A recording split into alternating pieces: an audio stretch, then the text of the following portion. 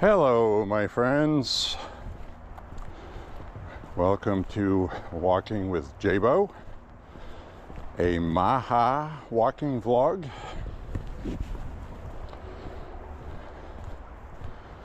Today I'm going to do a basic 5-miler. We did 6 yesterday. As you can see, we got a beautiful sunset coming up. Probably be dark on the last part of this walk. Had plenty of sunshine today.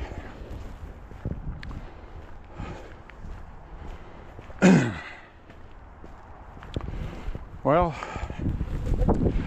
never ceases to amaze me how awful the media can be.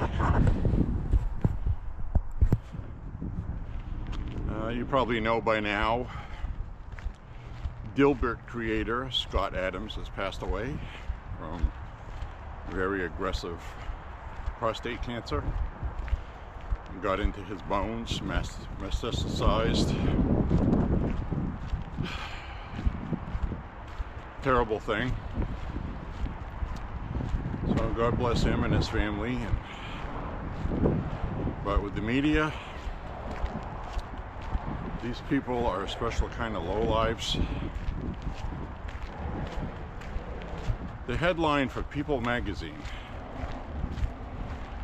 Scott Adams, disgraced creator of Dilbert, dies at 68. That was the headline. And then the subtext under that was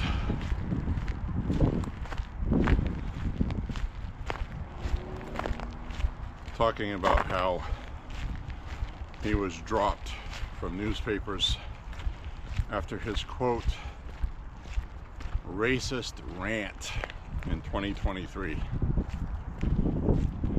That was the headline. Now look, I'm no expert, but most people have moral character.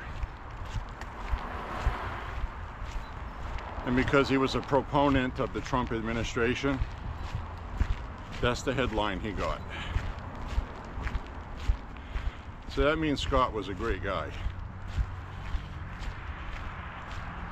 A lot of people didn't like him, his demeanor, which is fine. I've heard a couple people say he was an a-hole, came across as one. He's somebody that spoke his mind, spoke the truth, and a lot of times people didn't like what they heard. So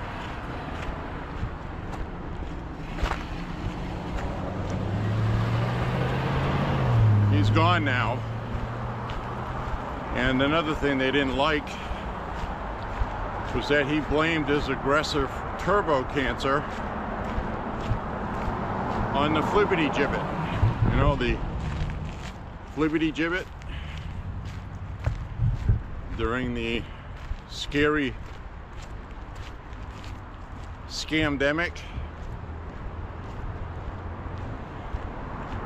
And still on YouTube, I can't mention the flibbity gibbet and negative effects it may cause. So we have to make up words. Pretty ridiculous, really. That's the world we live in. I'm just telling you that's what he blamed his cancer on.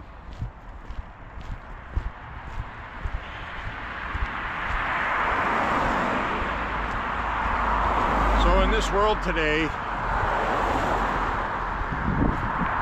with the media, headlines like that apparently are acceptable and okay to do. You have to realize that the editor approved it. They probably sat around and discussed it.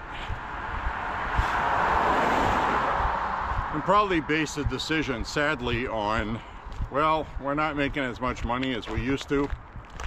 This is going to get ad clicks and ad revenue and make us some money. Probably a little bit of everything involved in the decision, other than this wasn't the right thing we should be doing. The media is an absolute disgrace. They're immoral, morally bankrupt, and soon to be financially bankrupt. I still cannot believe they made a headline like that. It's probably the worst one that I've seen in a very long time, and people should be absolutely ashamed of themselves. But they're probably not. If they get enough backlash, they might issue an apology saying we could have, you know, done this better. They shouldn't have done it in the first place. So anyway, that's what I wanted to mention about that. I know somebody else online that I care about who got the flibbity gibbet in 2023, 2022. Also the same problem. He's 71 years old. He has prostate cancer. He also blames the flibbity gibbet. So a lot of people in that age group do get prostate cancer, but these are aggressive forms.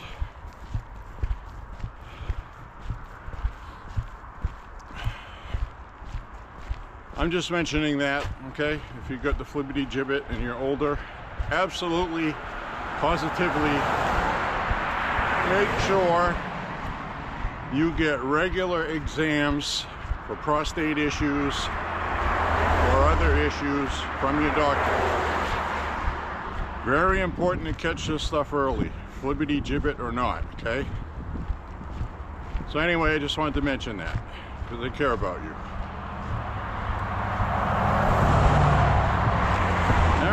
move on. We're gonna move on.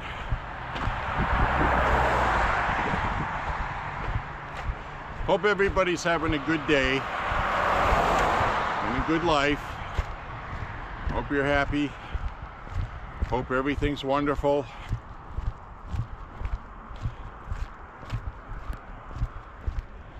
Now I'm going to talk about Minnesota state law, okay? This is very important. I'm seeing a lot of stuff online about the ICE officer shooting in Minnesota and how the ICE officer is getting away with murder.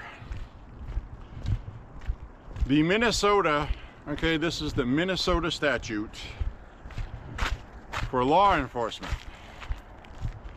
Now, this isn't a statute for you or me, even though it's similar. This is for law enforcement. In Minnesota, with regard to vehicles, trying to run you down on whether or not you can defend yourself, the Minnesota statute states, if you are an officer of the law and you fear great bodily harm or death, you may legally discharge your firearm at a vehicle. I have seen a lot of misinformation online with the left claiming that you cannot use a firearm on a vehicle at all, and that comes from two people CNN had on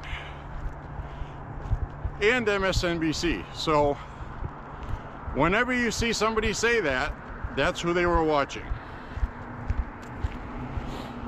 The people that said that on those two networks were wrong. They also stated federal ICE policy of shooting at vehicles, saying that they are told to never stand in front of a vehicle and that they may never shoot at a vehicle. That is also false, because they never skip down to the bottom subsection 1 of section 2 that discusses that, stating unless the officer's life is in danger from the vehicle coming towards them. So they're cherry picking their talking points, like the left always does. I can assure you, after reading it, that the statute in Minnesota and the federal ICE one as well clearly state in subtext, if the officer feels that he is in danger or other officers are in danger from bodily injury or death, that he may fire upon the vehicle at the driver. That is what happened here. So the other argument seems to be she put the car in reverse. She had the wheels turned away from the officer, which is true. But she put the vehicle in reverse, turned the wheel towards the officer, and accelerated. How do we know this? Well, it's on video. Also, what direction did the vehicle go in after she was shot? Right? It accelerated and hit a pole and a parked vehicle. You can see her looking at him in the video that he shot. This is a clear case closed of an authorized lethal shooting. The left doesn't like it, but that's what happened. So you can't cherry pick your information. Now, if he had been standing 10, 15 yards further away from the front of the vehicle, then he would have had time to process it.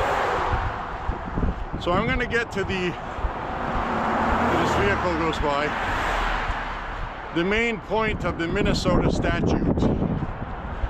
If the officer feels, okay, this is important, if the officer feels, quote, without benefit of hindsight, unquote. So without the benefit of hindsight, watching video replays and all this other stuff, if the officer, without the benefit of hindsight, hindsight's always 20/20. Could have done this different, could have done that different. Without benefit of hindsight, I'll repeat it again, the officer may use lethal force if the officer feels they're going to receive bodily injury or death of himself or other officers. That's from the Minnesota statute, okay? He's standing there, the vehicle is backing up, wheels cut away from the officer, all right? It's fine up until that point. The other officer comes up, tells her to get out of the vehicle. She then cuts the wheels, puts the vehicle in drive, cuts the vehicle with the wheels towards the officer, the other officer that shot her. The wife is banging on the glass. Drive, baby, drive. She accelerates. So the officer that had not placed himself in danger in front of the vehicle is now in danger in front of the vehicle because of the decision of the driver to cut the wheels towards him and accelerate. He doesn't have time to process everything. He just sees a vehicle coming at him and he does what he's legally allowed to do. Now, a lot of conservatives don't have the mental capacity to process that either. And Bill O'Reilly on YouTube, God bless him, he said that it looked like the shooting was authorized, lethal, fine. That's good. But then he has to tack on that ICE has to change their policies about shooting at vehicles. Let the vehicles go and arrest them later. That all sounds good in theory, but also you have a job to do on the ground, and he was doing it. And they have a dangerous job, Bill. So I'm going to disagree with you on that. The best way not to get shot by police is to not disobey commands and then not accelerate your vehicle towards them when there has been a 1,600% increase in vehicles trying to run over ICE officers or hit their vehicles. So Bill, respectively, Mr. Bill O'Reilly, people have been using their vehicles as a weapon because that's all they have to use and they're using it. So respectfully, you don't know what you're talking about. So I'm going to turn the camera around.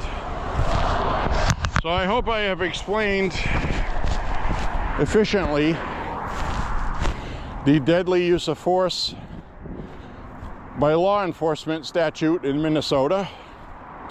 I'm not going to quote you the number of the statute, I don't remember it. But I have decided I'm going to start off this video with screenshots of it. Okay? You can pause it, read it for yourself. This is why Minnesota is not going to bring charges against the ICE officer, because they know how to read. And even if they did bring charges, it would be the burden of proof on the state to prove that, and there would be a hearing after that happens.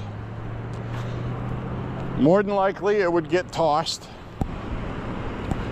because the DOJ would then say, well, this federal officer did nothing wrong with our investigation, and he's going to receive immunity if you try to prosecute him.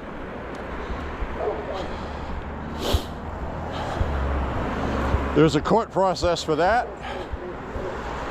We'll see if Minnesota goes that route, but I highly doubt it because it's the equivalent of a frivolous lawsuit. There's no evidence at all to show that the officer murdered her intentionally. So, it's not going to happen, folks. And it would be really stupid if it did. Keith Ellison is facing an investigation for fraud as it is. And they know the law in Minnesota for law enforcement.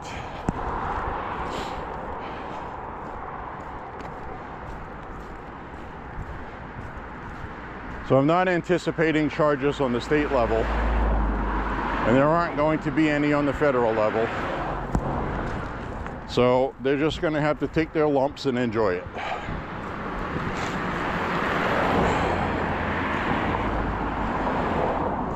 All right, we got that out of the way.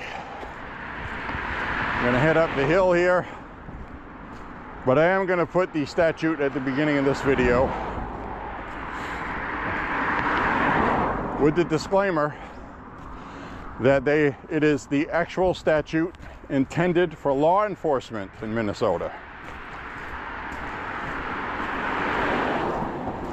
Regular people, like you and me, have a duty to retreat law. And even with that, you can argue you have a duty to retreat unless you are fearing grievous bodily injury or death. So it's the same thing.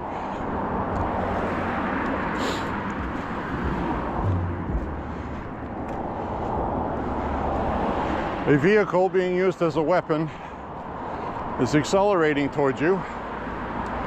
And for the federal officer, I forgot to mention this part, the argument from the left seems to be she was just trying to escape. She wasn't trying to run him over. Doesn't matter. Doesn't matter at all. The vehicle was pointed towards the officer and accelerating. Without benefit of hindsight, okay? Without benefit of hindsight, it says in the law, the officer had legal authority to use lethal force. So basically what that means is, in layman's terms, it doesn't matter what she's doing with her vehicle. Doesn't matter if she's trying to escape. Doesn't matter if she's trying to run him over. The officer felt threatened because of open hostilities that they have been facing, threats, and that this vehicle has been antagonizing them all day, which is fact. Also, ICE has faced an almost 1,600% increase in people using their vehicles as weapons. All of those things equal the officer feared for grievous bodily injury or death. So the reasoning behind it doesn't matter. That is the without benefit of hindsight clause in the law, realizing that somebody may be justified in a shooting, and then a video makes the officer look bad. So they have the hindsight clause in the Minnesota statute to protect law enforcement from this very sort of public persecution. That's right from the Minnesota law, okay? So,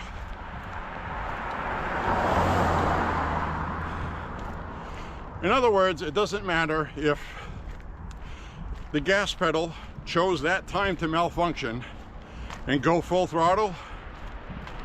It doesn't matter if she's trying to escape. It doesn't matter if she's trying to run him down. That's all a moot point. Fact is, the vehicle turned towards him and accelerated, and he protected himself from what he perceived as a threat. So there's no murder charges here. And if there are, they'll be tossed out pretty quickly. Keith Ellison's very political. The liberals in Minnesota are going to want charges. They're going to strongly urge him to bring charges. He's going to be pressured to bring charges, but I don't think we're going to see charges because they won't win, and that's it. So if they did bring charges and then the officer's charges are dropped, there's probably going to be a new reason for people to protest. And like I said, love this or hate it. Watch this icy patch going down a hill. Love it or hate it, she was a white woman. If she were black, she were Hispanic, if she was anything else but a white woman, there would be riots going on now, big ones nationally. The media is trying to turn this into a national riot, but from all the video I've seen, at most there's 300 people. They're all white. They're all people that hate Trump already, and some of them, though disclaimer, has not been proven to be, a lot of them seem to have been paid because they admitted that while they were protesting. So I still believe the government is going to shut down at the end of this month, around January 29th, 30th, goes the end of the month, when they hold a vote for funding national security, DHS, okay? It's going to be a continuing resolution. The CR. The same thing that shut down the government the last time. Over health insurance, this is going to be over DHS and ICE, okay? Democrat voters, the rabid ones, they're going to demand a shutdown because they weren't happy with them ending the last one. Now, John Thune today, in his presser, says he doesn't think it's going to happen. He doesn't think there'll be a shutdown. He said we're doing continuing resolutions like our founders intended, which is true. We're supposed to do one every month for government-funded things instead of passing it, kicking the can down the road, and doing a big, massive pork bill at the end of the year, which is really what the Democrats were upset about, because the Republicans went back to the way we're supposed to do things in DC, and they don't like it. They want to do what they've been doing for 30, 40 years with these big, massive bills, sticking all of this stuff in there, pork projects, and funding bullshit like they have been doing for a long time. So I wish the Republicans would get more credit from Republican voters to understand that we're doing things the right way now, and we're putting ourselves at risk of shutdowns every month. The Democrats, according to John Thune today, John Thune thinks the Democrats learned their lesson on the last shutdown. Nobody won on that shutdown.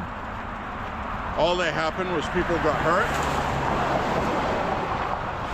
and the party has gotten backlash from Republican voters, and they've gotten backlash from Democrat voters for the shutdown. Because things like childcare, health care, food stamps, all this other stuff got cut off.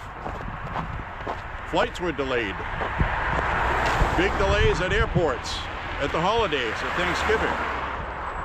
This was not a wise decision by Democrats to shut the government down. So, you have some people in the country that blame the Republicans for the shutdown, and a lot of people that blame the Democrats. I'm blaming the Democrats 100%, because we needed their votes to keep the government funded.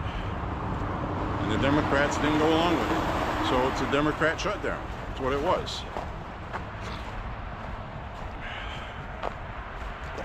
So anyway, I guess that's probably all I'm going to talk about with that for now. Unless I think of something to add to it as we walk. So, crazy times we're in, man. Absolutely crazy.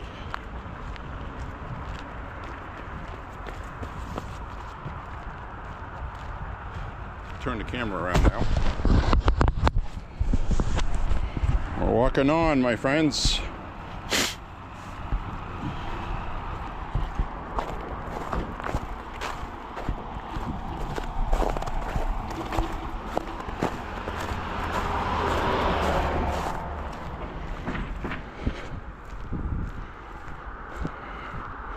Personally, I think the Democrats are going to shut the government down again.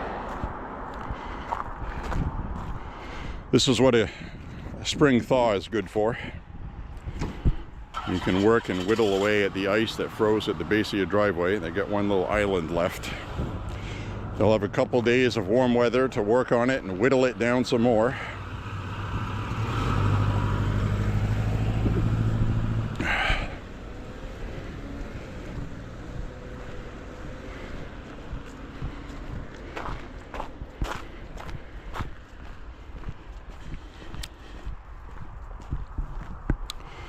So, my friends, happy you're here walking with me today. Enjoying a 40-degree day in Maine, which feels like summer. We're going to have even warmer tomorrow.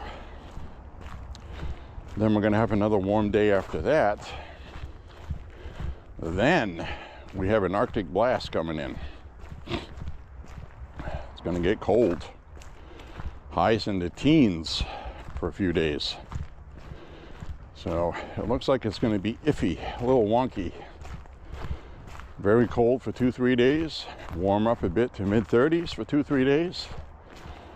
Which is okay, because when you have constantly in the teens every day, that eats away at raising your electricity costs, heating costs. So when you get a little reprieve like this, you can turn your thermostats down and save some oil, which is what I did today.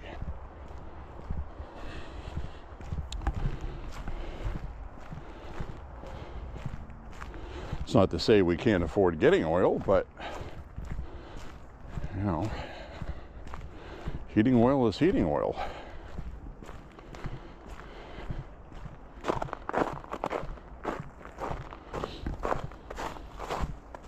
Certainly affordable right now, more than it has been in quite a while this time of year.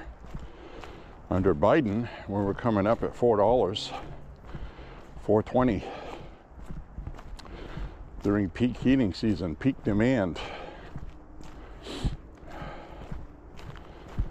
There's always those people that argue with you online. You tell them that the lowest gasoline prices in Maine are February. Oh, that's not true. That's not true. Blah, blah. And they whip out some kind of stat or... Now, listen, I'm 57 years old. Every year in February, that's your lowest fuel prices. Lowest demand.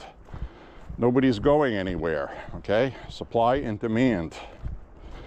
It doesn't take a friggin' degree to figure out that when somebody in the media says that's not true, that it is true. You experience it in person. You buy gas in February. Highest prices are in August, end of August into September. That's peak demand. So you got holidays, Labor Day, and all this other stuff. Memorial Day is in there, the beginning of the summer, and people travel.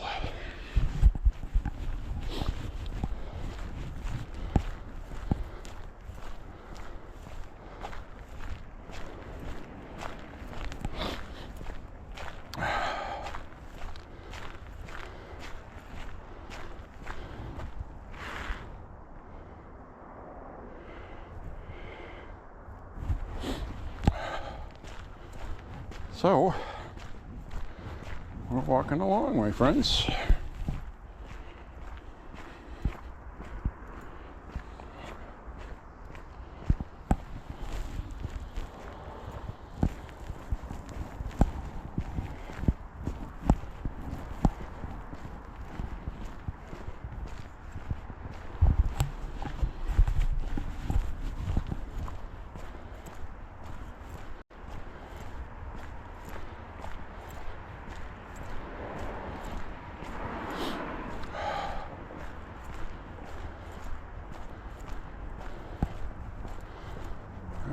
Walk down this way. I'll probably make a pit stop at the public outhouse.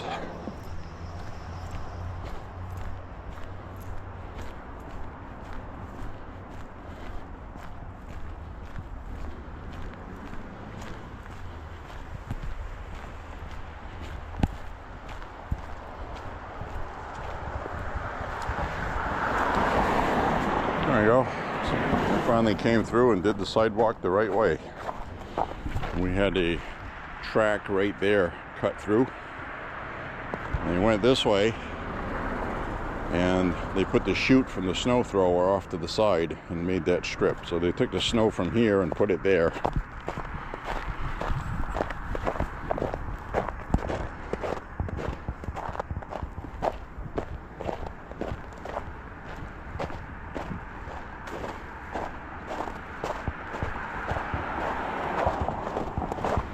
We get this vehicle here running again. Seems like every time we walk by here, this vehicle is running.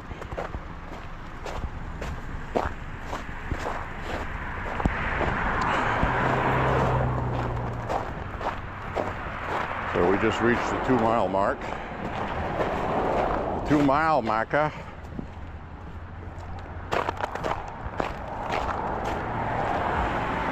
Doing a shorter 5-mile route today, very basic. I do whatever my body tells me. My hip muscles and my back are a little stiff today, so we'll take a shorter route.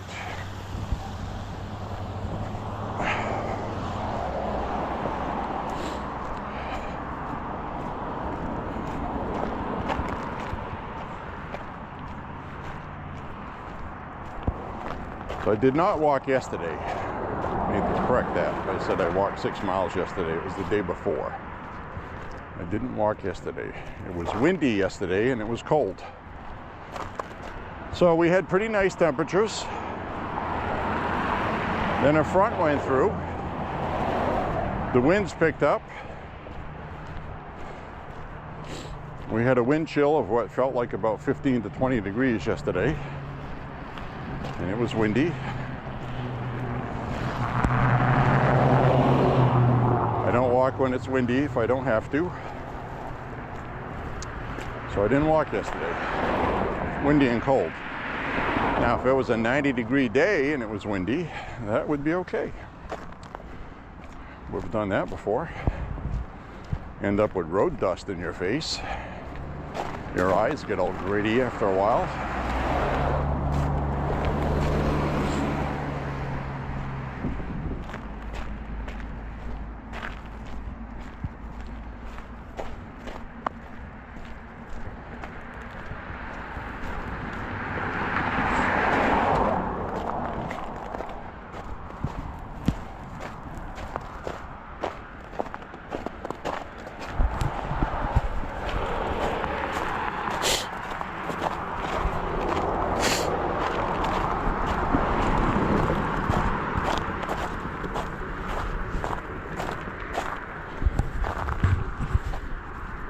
So the news media today, everything is about the DOJ investigating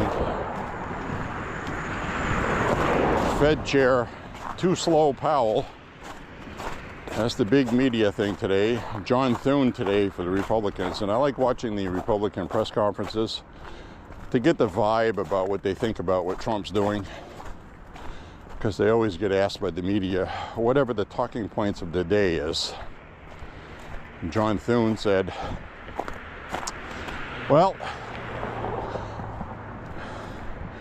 he goes, I'm not sure what to think of the investigation into Powell. He said, I know there's cost overruns at the Fed, and if there's something that they're acting on, he goes, I'd sure like to see what the reasoning is before I pass any judgment, especially if there's any charges brought. I want to see what the evidence is. Now, obviously, the DOJ found something, because the cost overrun for the renovation isn't just a few $1 million, you know, that happens. It's billions. Money that's gone, it got spent because of cost overruns. Trump is in real estate. He knows what things should cost. And he feels this is ridiculous. And he wants the DOJ to poke into it and look around. They don't find anything, that's fine. If they find criminal stuff, but they're stealing money, well, prosecute. Billions of dollars in tax money is gone.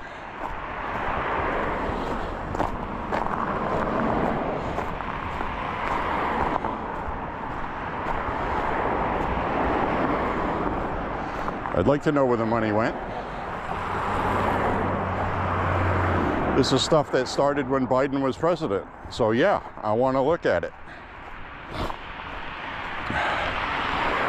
At the same time, I will agree that the optics of somebody that Trump has been combating with at the Fed, the optics looks like he's trying to pressure Powell into lowering interest rates with the threat of possible prosecution. I realize it looks like that, okay? You have to nod your head and agree, okay? That's why I want to see the evidence, if anything comes from this. The other reason why it's very serious is if the Fed chair is corrupt, the Fed is so involved in our economy, that could hurt our economy, could hurt the stock market, it could hurt a lot of things. So, if there's something there, I want to see it.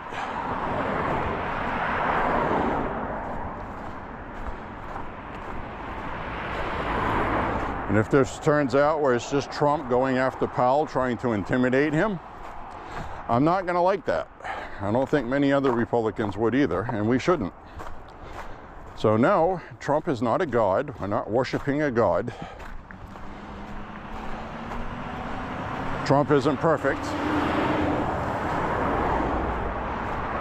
It would be unlike him, in my opinion, to use something like this to intimidate Powell, unless there was evidence to back it up. And Scott Bessant is a very smart guy, and I had a feeling that this referral was based on what Scott Bessant recommended to the DOJ rather than Trump. So, but you know, the media world, everything is Trump, Trump, Trumpity Trump, Trump, Trump, Trump.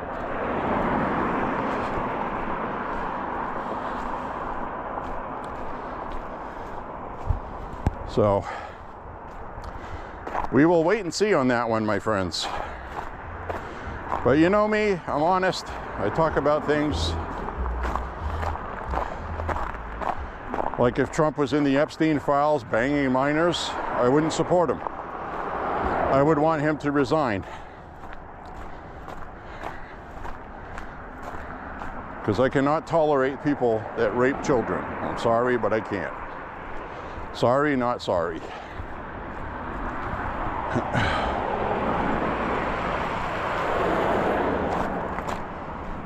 J.D. Vance would make a fine president, would be okay.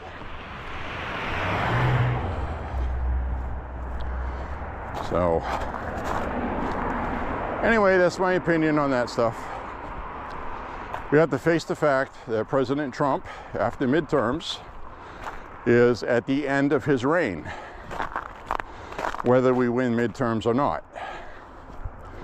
So Democrats are going to go on a retribution tour. They are going to subpoena and investigate everybody that shook Trump's hand. Everybody. They'll even try to prosecute the person that brings him a damn Coke in the White House when he pushes his Coke button. We know that's coming if they win the House. So the Trump presidency effectively would be over, except for executive action. And we are going to keep the Senate.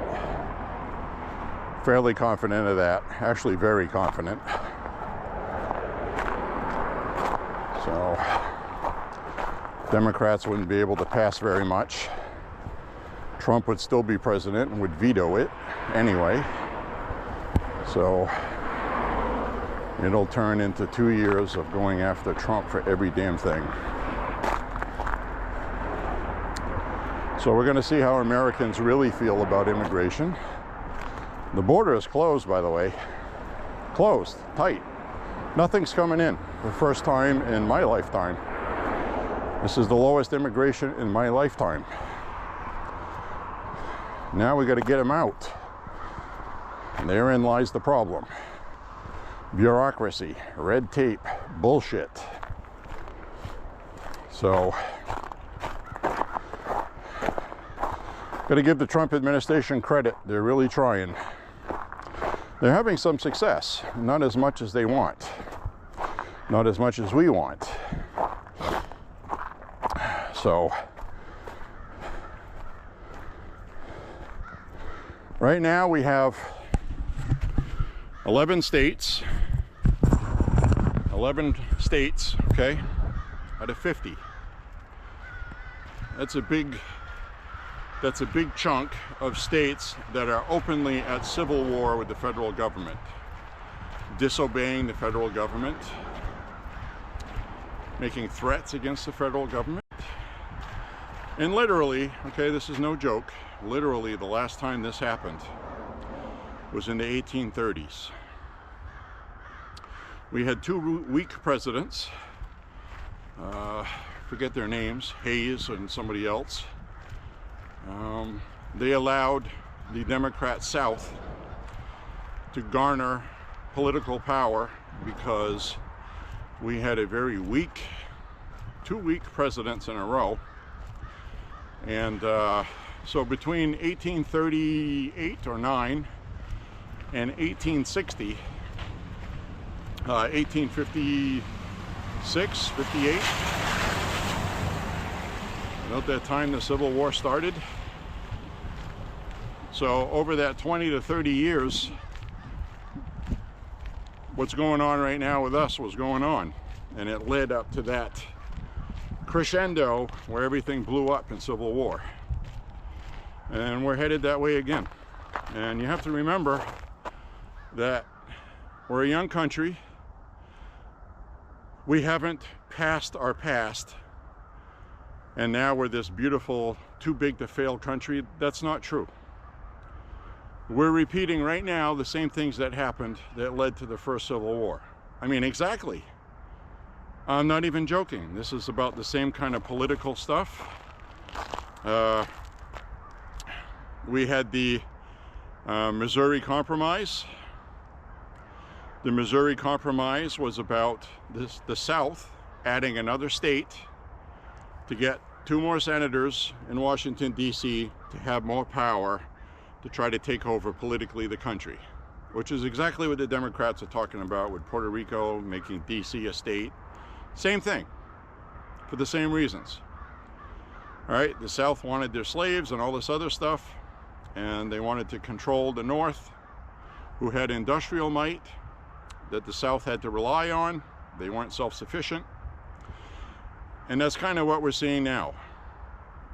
Same thing. So we ended up having the Missouri Compromise, where they added Missouri as a state. And after they did that, the North answered by making Maine here a state. So Maine became a state when it used to belong to Massachusetts. They cut Massachusetts in half, made Maine a state so we could get 2 more senators from the North. And that's what they did. So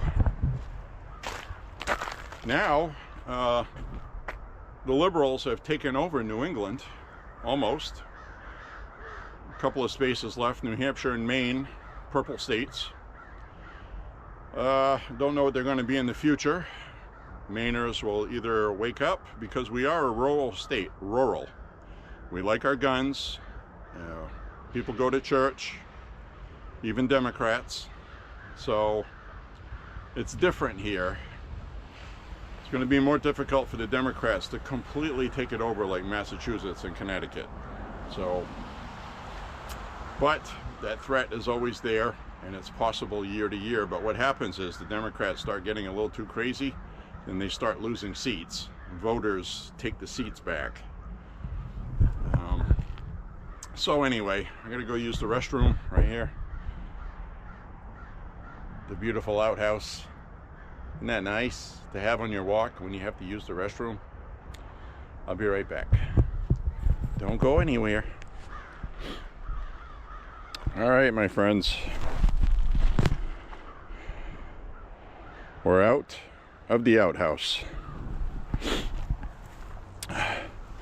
So yes, we're going through the same things right now as we did in the 1800s, but they're accelerating a lot faster because of technology and communication. We now have cable TV and news and social media, cell phones. Everybody has a movie studio they carry with them on their phone. So you have apps give you all the information you need. A lot of them are tainted with propaganda, one way or the other. It's up to individual responsibility to sort things out. I try to do that.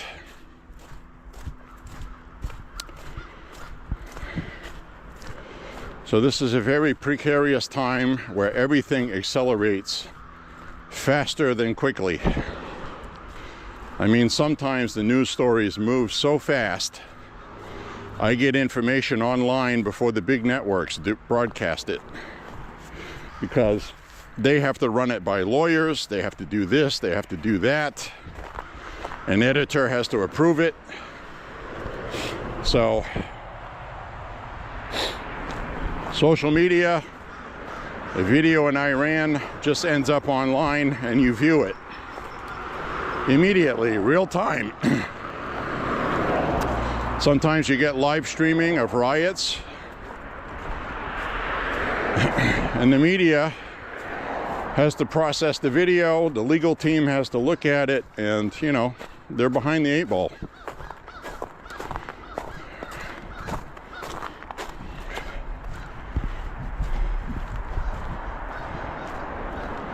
And I'm very grateful for that.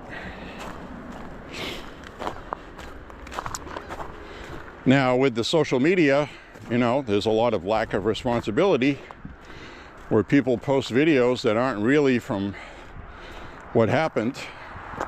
Sometimes they legitimately think that's, you know, I got this video, it looks like, you know, it turns out it's not. But you also have people that just post a bunch of garbage on purpose to get clicks, make ad revenue, make money. So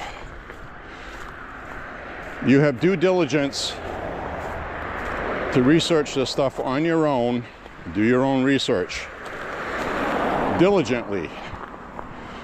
Trust but verify.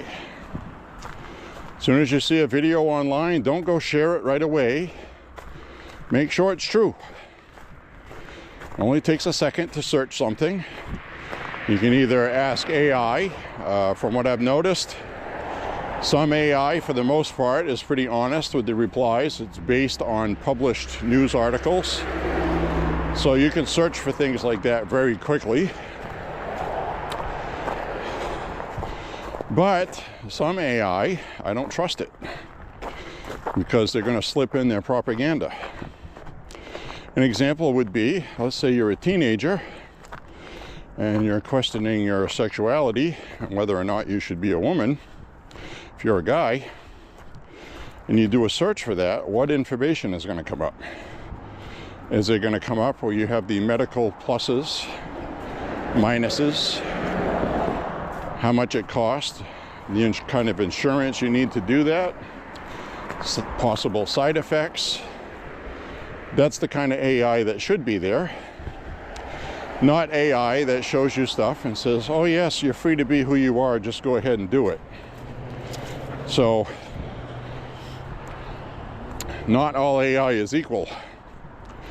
And you can test them by taking a topic that's popular with the left and just ask AI an innocent question, like I just said,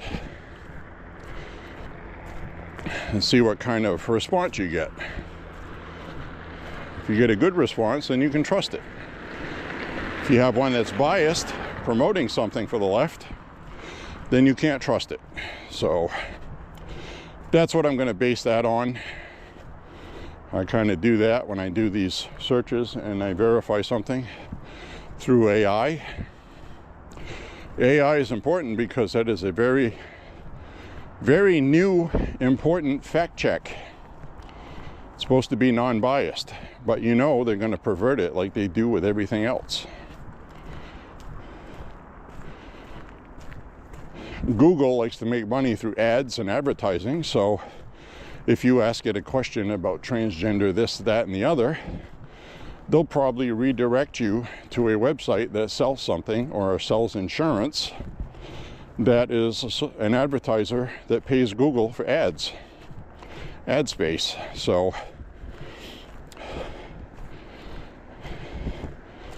don't trust AI, I guess is what I'm saying.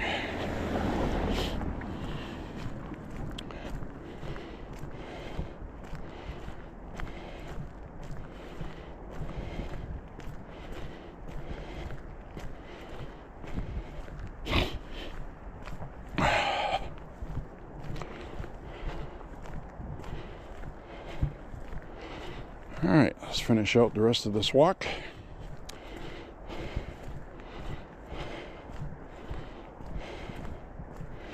We have most of our sidewalk up ahead that we didn't have before.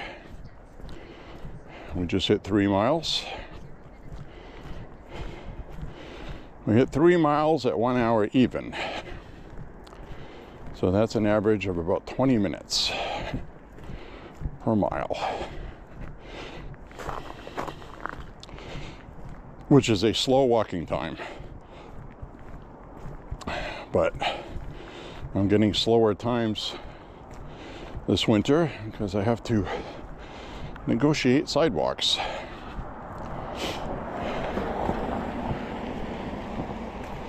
And I also stood there talking to you about the Civil War. So that all, if I stand there and talk for 4 minutes, that ruins my per mile time, doesn't it?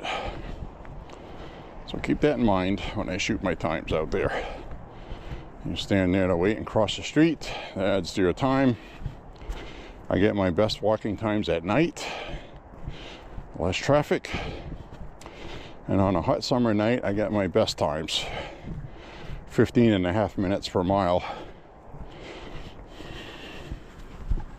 15 to 16 minutes.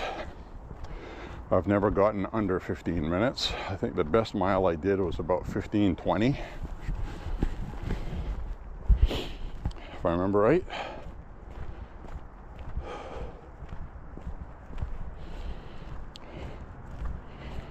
Bates College over yonder.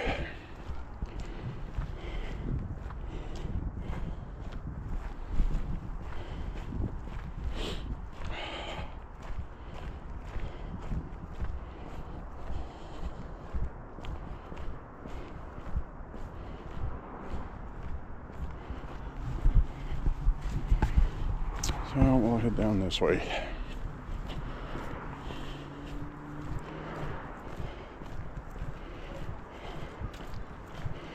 We'll head on down the road. Check backwards with my peripheral vision for crossing. I always like to mention that because you guys don't see me turn my head to look, and on camera when I watch this back it looks like I'm just walking across the street without looking. But I can assure you that is not the case.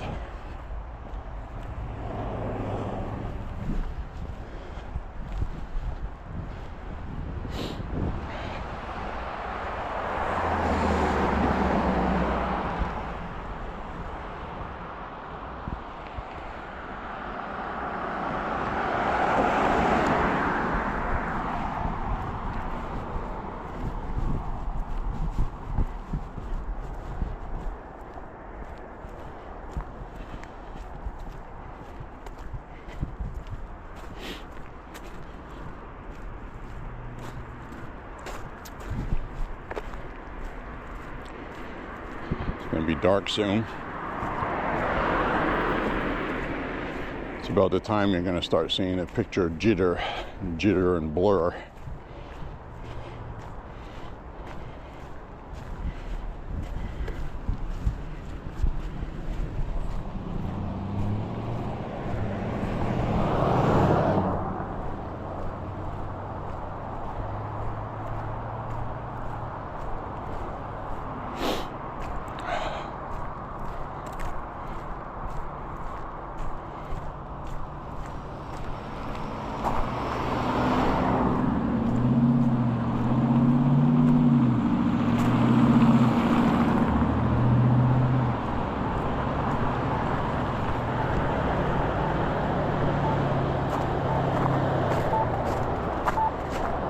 Down this way.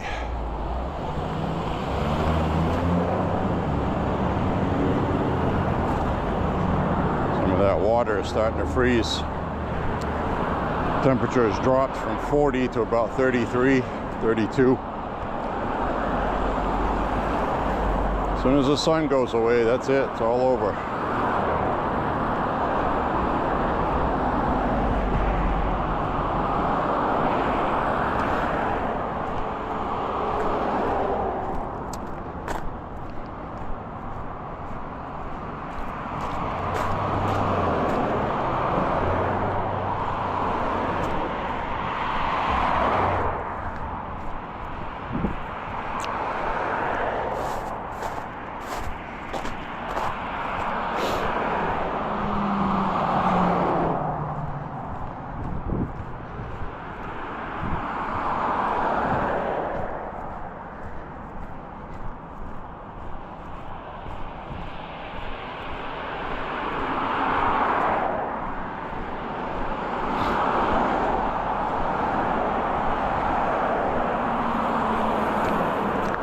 I think we'll swap over. All right, my friends. We are in night mode.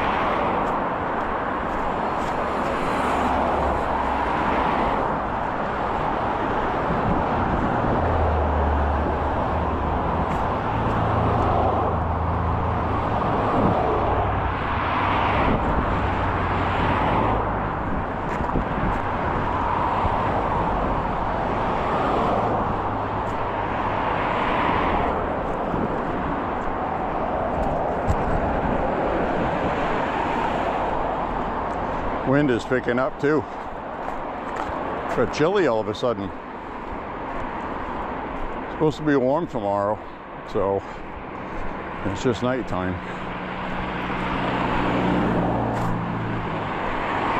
Even though it's warmed up, it's not spring weather, that's for sure. Headlights are off.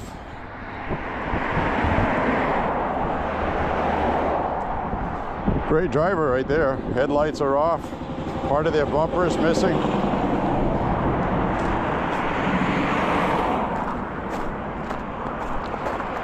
Wonder why.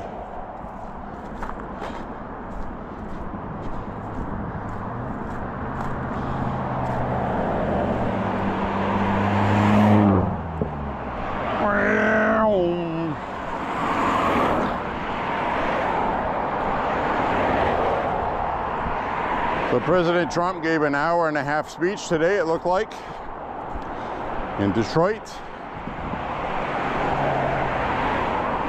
An economic speech. Scott Bessant was there. Had to do a lot with industry and the automotive industry, trying to revitalize Detroit.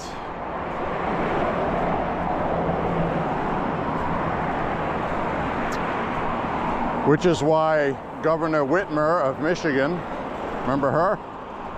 Well, she's been out of the news lately because she has not been jumping on the chastise President Trump bandwagon for the most part.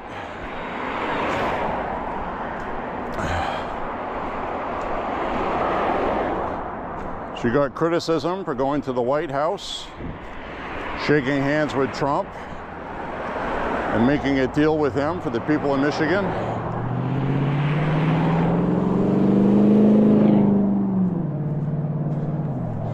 They have a problem with an invasive species of fish in the Great Lakes. They have algae problems. They have water infrastructure problems in Michigan. They have all kinds of problems in Michigan that President Trump is helping them with, and she's grateful for the help. That's also why you have not seen President Trump going crazy with immigration in Michigan. Michigan is a swing state, for one thing. So is Minnesota of sorts, but that's definitely more liberal in Michigan. So Trump is focusing on helping the people of Michigan. Governor Whitmer has been cooperative and not been an asshole like some other governors have. So I wish other blue states would cooperate like that. So it's obvious Governor Whitmer does not have her eyes on the White House. And if she does, she's actually doing this the smart way by being a moderate and working with Republicans. So either way you slice it, she ends up looking good. And I have to admit, I'm very happy that she has been the way she has been.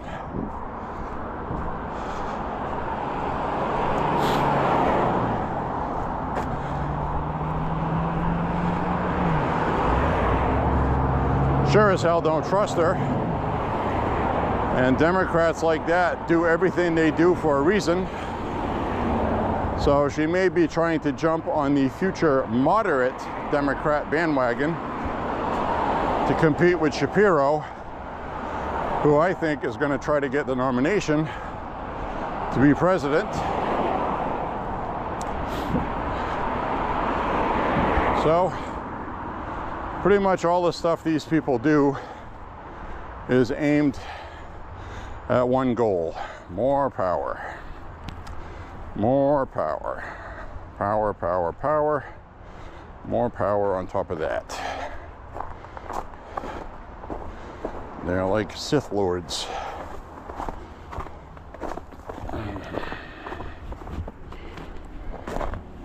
Like the Emperor in Star Wars.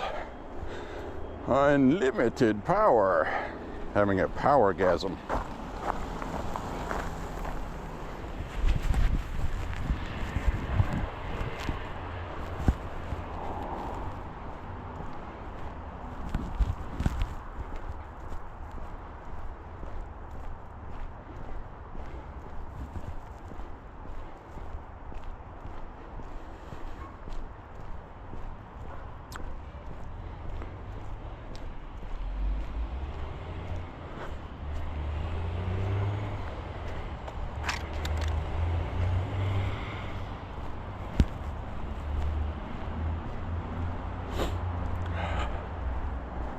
All right.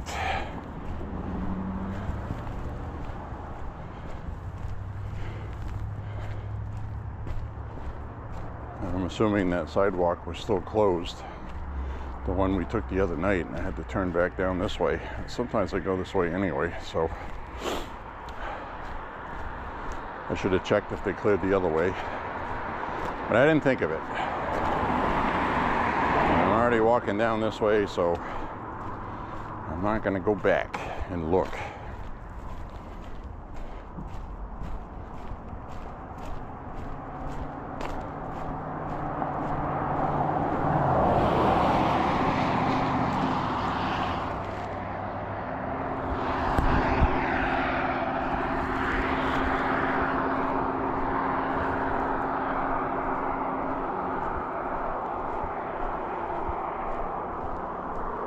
Really did enjoy walking in the snow the other night. That was nice. I enjoyed that walk.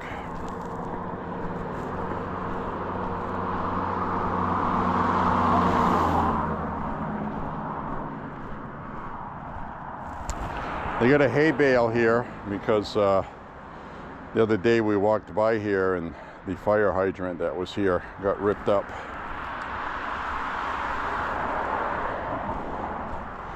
So they're going to have to fix the fire hydrant. Somebody hit it with a plow, I guess.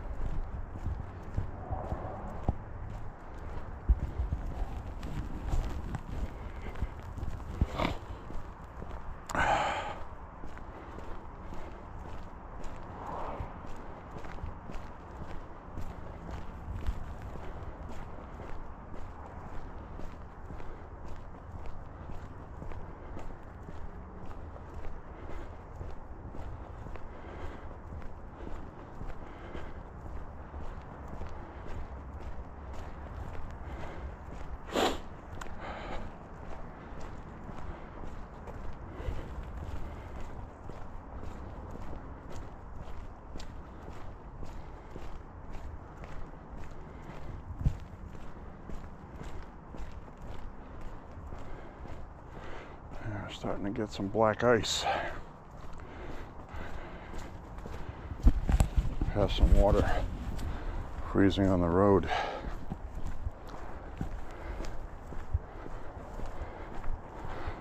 The water on the road is starting to freeze, which can make for slippery spots.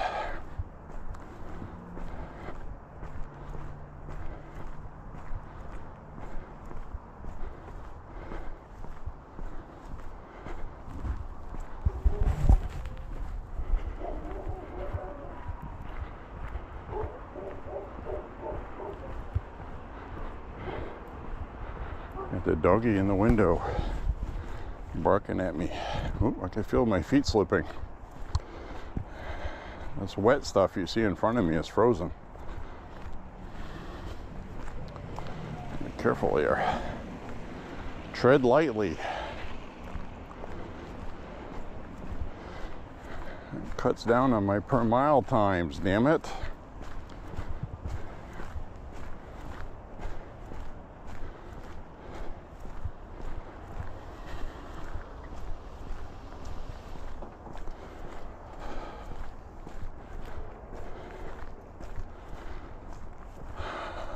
So I ordered me a pair of new BDUs.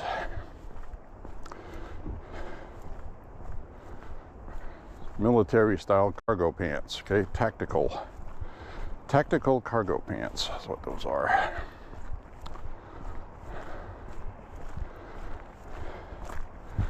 Now searching around. The ones I'm wearing, I've worn the hell out of them. They're getting thin. Good quality. I had bought them on Amazon for $36 at the time, 5 years ago. And I've been wearing them to every range day. I've been wearing them almost for every walk, unless it's the summertime and I put cargo shorts. But I've been wearing these, wearing them now. These cargo pants, they're baggy, you got all kinds of pockets. So I was going to buy another pair, but the price now is $48.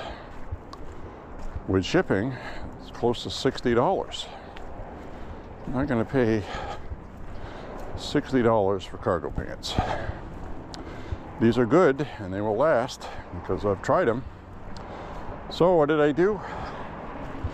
I opted for some genuine ripstop military Desert Storm. Gently used, they still look new. They have a little stain on one of the legs, about the size of a nickel, I guess. They're like new, and those are really good quality, and they were $21. So I ordered those. I should get 3, 4, maybe 5 years out of those. We'll see. And they have the adjustable waist size like the military has, like these have. So I've lost a lot of weight since I bought these. So these are a little too baggy. I catch myself pulling them up a lot because the adjustable waistband buckles broke. So what I did was I clamped them with pliers to lock them at one specific waist size, which works, it's fine. Wear a belt with it anyway. So anyway, the ones I ordered were about 35.5 inches to 39-inch waistband, depending on how you adjust it. My waistband is 36, which means the pants will be a little baggy like I want when it's hot or warm walking. I'll have room to walk in them without being restricted.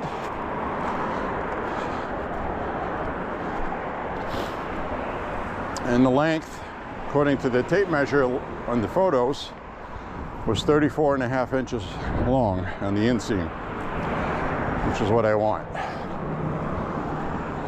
Nothing I hate more than pants where the legs are too short but the waist fits. I want something that's going to go over my shoe but not walk on the heels, if you know what I mean.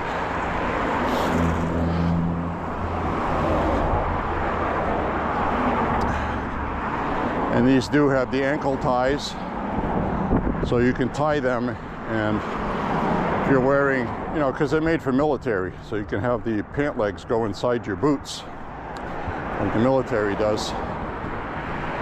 So they have those ties. These had those ties also, but the strings broke.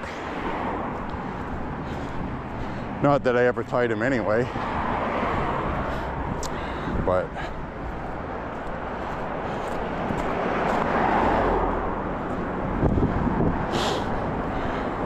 anyways, those will be coming. Desert Storm FDE kind of color, camo. Desert Storm camo, you know what that looks like. So those will be nice. I'll wear those to the range. I love having a bunch of pockets. I love pockets. That's the other thing with these, is one of them's got a hole in the pocket now. So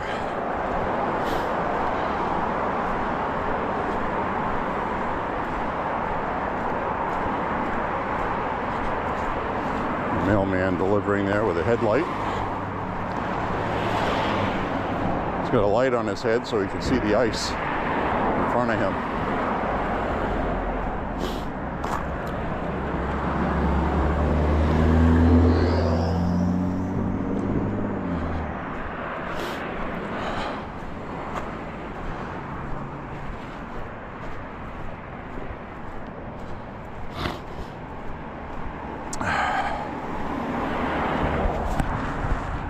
See Jupiter up there. Looking bright tonight.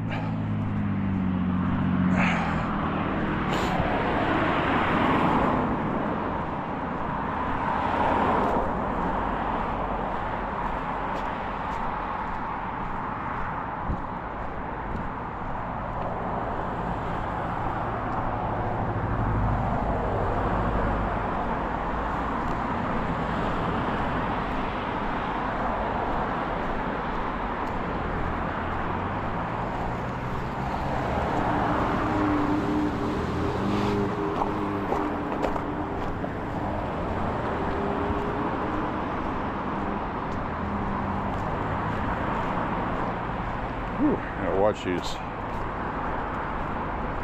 Snow melts, and if it's on an incline, it runs down the incline and freezes. So you get these bands of strips of ice coming out from underneath snowbanks across the sidewalk. You have to watch out for those.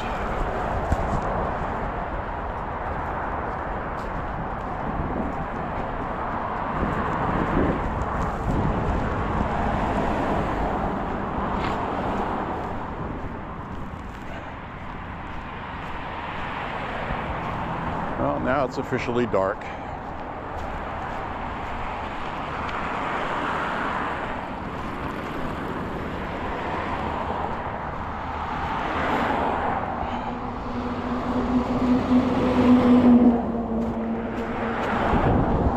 So I talked about a bunch of good stuff at the beginning of the walk, because you're going to keep them interested at the beginning of a walk. I want to thank V-Man for watching. I want to thank Mr. H for the Pink Floyd reference, because I had mentioned that most people don't get to this point watching, according to analytics. So he posted a song, "Is There Anybody Out There?" Pink Floyd's The Wall.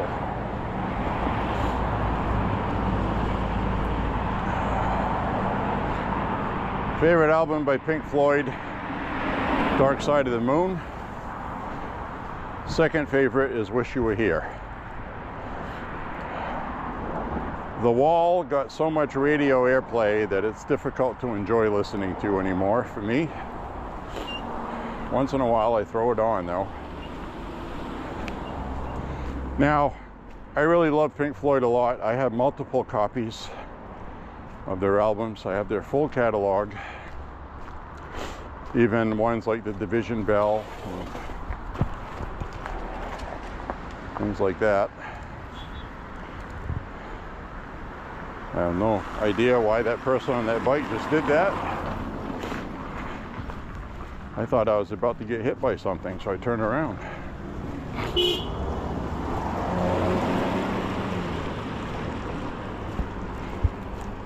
Person thinks they're live on YouTube.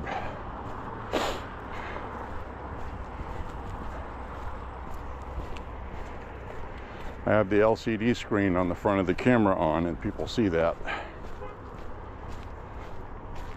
Everybody knows what a GoPro is now.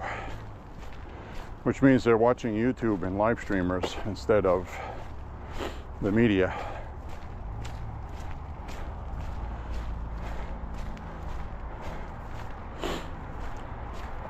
And I keep saying it, but I got to start live streaming from home. I can do that with the GoPro using the ISP at home, the router. Can't do it on my walks unless I have a separate, unless I use my phone and I get a gimbal.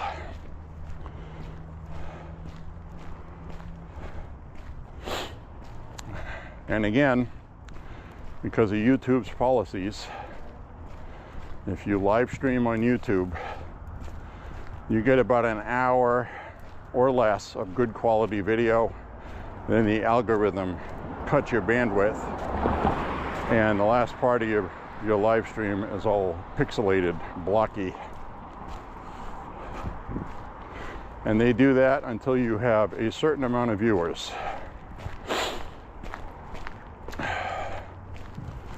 I think I might have enough viewers now, but I need something that can hook up to my cell phone internet service. And I don't even know if my internet service on my phone would be sufficient for hour-and-a-half walks every day. That's the thing.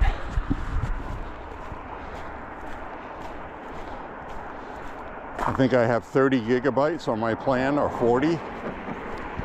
And I can do that in one walk at 1080p. So it's, you know, it's not good. A lot of these people that live stream on YouTube that are monetized, they have invested money in more expensive internet service. If you're making, you know, $1,000, $1,500 a month on YouTube, you know, you still got to pay for good internet service, $100, $150 a month to live stream with. You need to get good quality gimbal, and I'm sure a lot of the newer cameras record very well at night with a built-in gyro that actually works well. This GoPro is really nice. It's got a great gyro stabilization with daylight. As soon as you get to nighttime, this is what it does. It rocks a little bit. I had to compromise and have the gyro not full blast, because if I put it full blast, then all the lights shake and jitter and streak.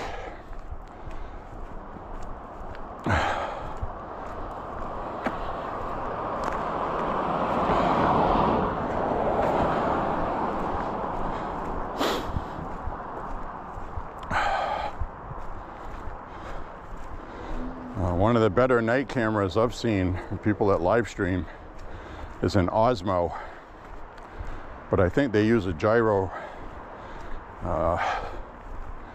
gimbal with it.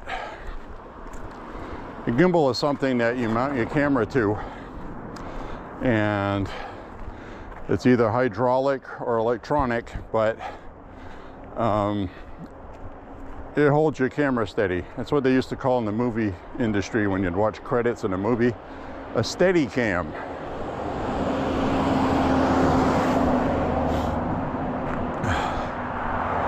So when you walk and you do this, it stabilizes the picture to look like you're standing still.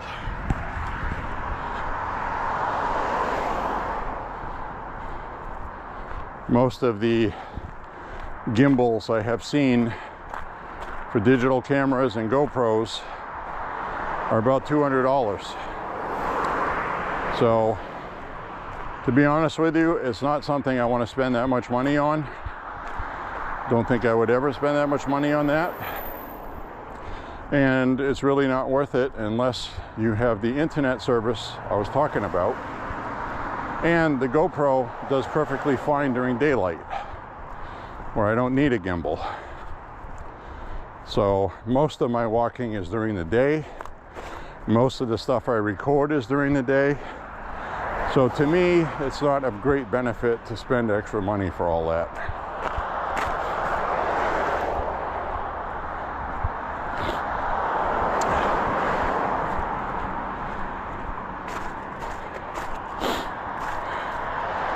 Watch where I'm walking here. Now I can see up ahead here, water froze on the sidewalk, so I'm gonna walk slowly here. Walk up on the snow because I can trust the snow. See this little tire track of snow on the right here? I'm gonna walk on that if you can't see. Now I can see up ahead here, the sidewalk's okay. So I'll go back to it.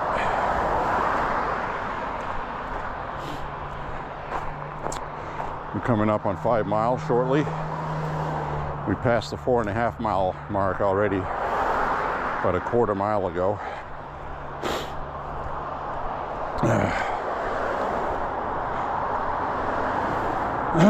Excuse me.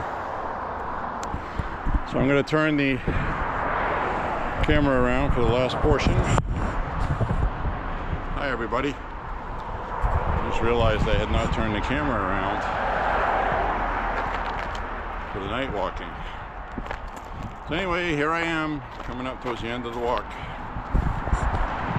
I thought it'd be more important to keep an eye on the ice and sidewalk conditions.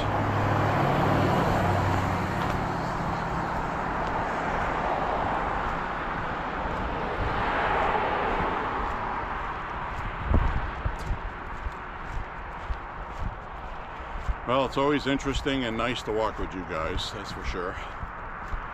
I do enjoy it.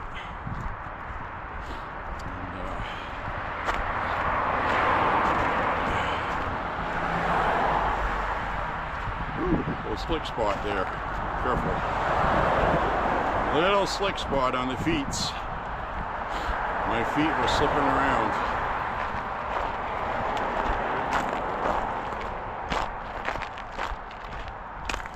I'll be glad when all this stuff melts. And it will. Melts every year.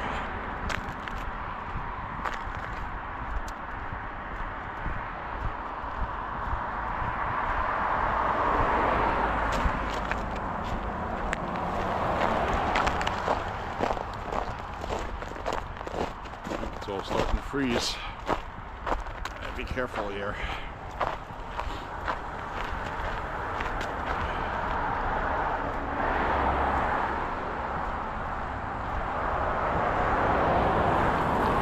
Really got my eyes glued to the sidewalk.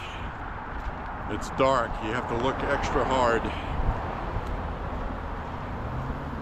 See all the hassle I go through to hang out with you guys? Huh? Huh? You appreciate that?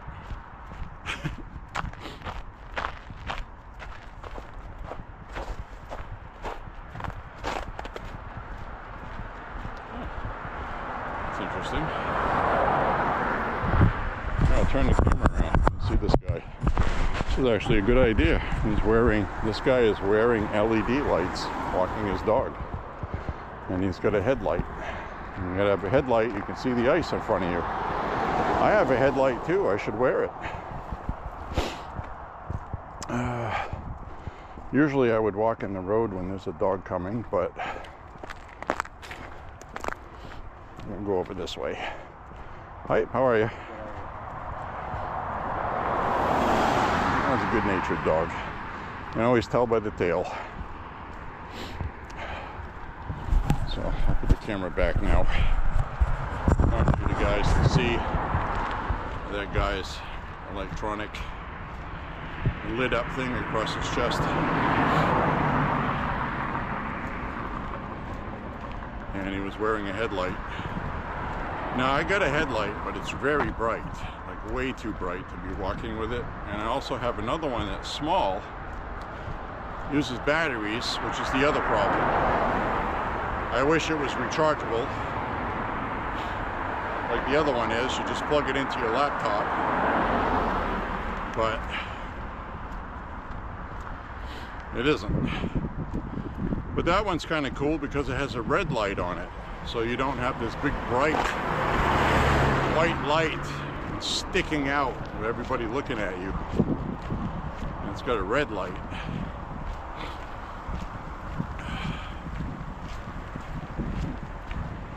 But again, you walk with that in the cold, and the cold cuts your battery life. So, probably not worth the effort.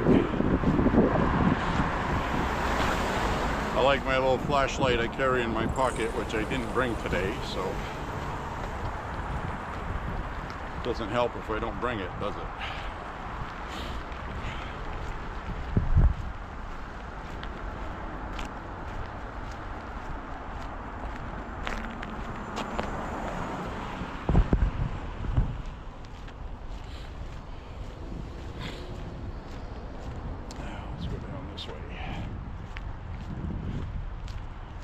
Got a profile view. I got a profile cam.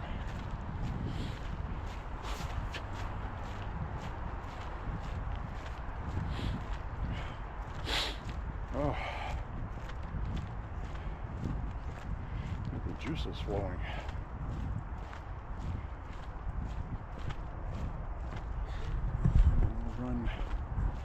We'll run profile cam.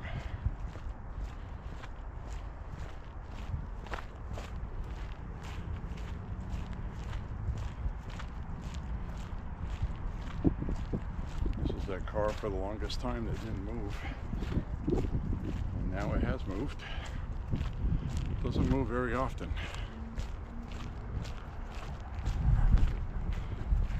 My guess is the guy that owned it was hiding somewhere, or he was in jail, or he was in the hospital. Take your pick. He may have been vacationing somewhere too, visiting a relative.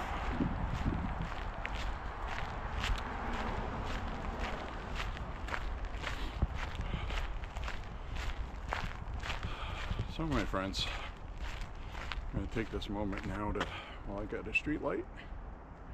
I'm going to sign off with you.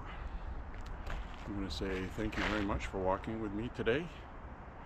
God bless you and your family. God bless President Trump. Say a prayer for Trump and the country. By the way, this is the longest the pole extends. Isn't that cool? Full like a toe. We'll wait for this. We'll wait for this bus to go by, a school bus.